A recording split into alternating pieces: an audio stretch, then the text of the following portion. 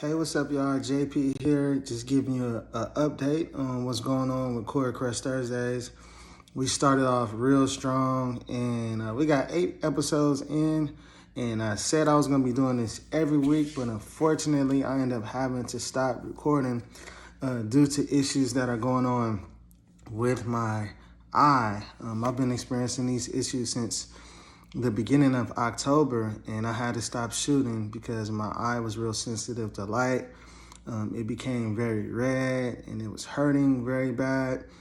And I ended up having to take pain medication around the clock.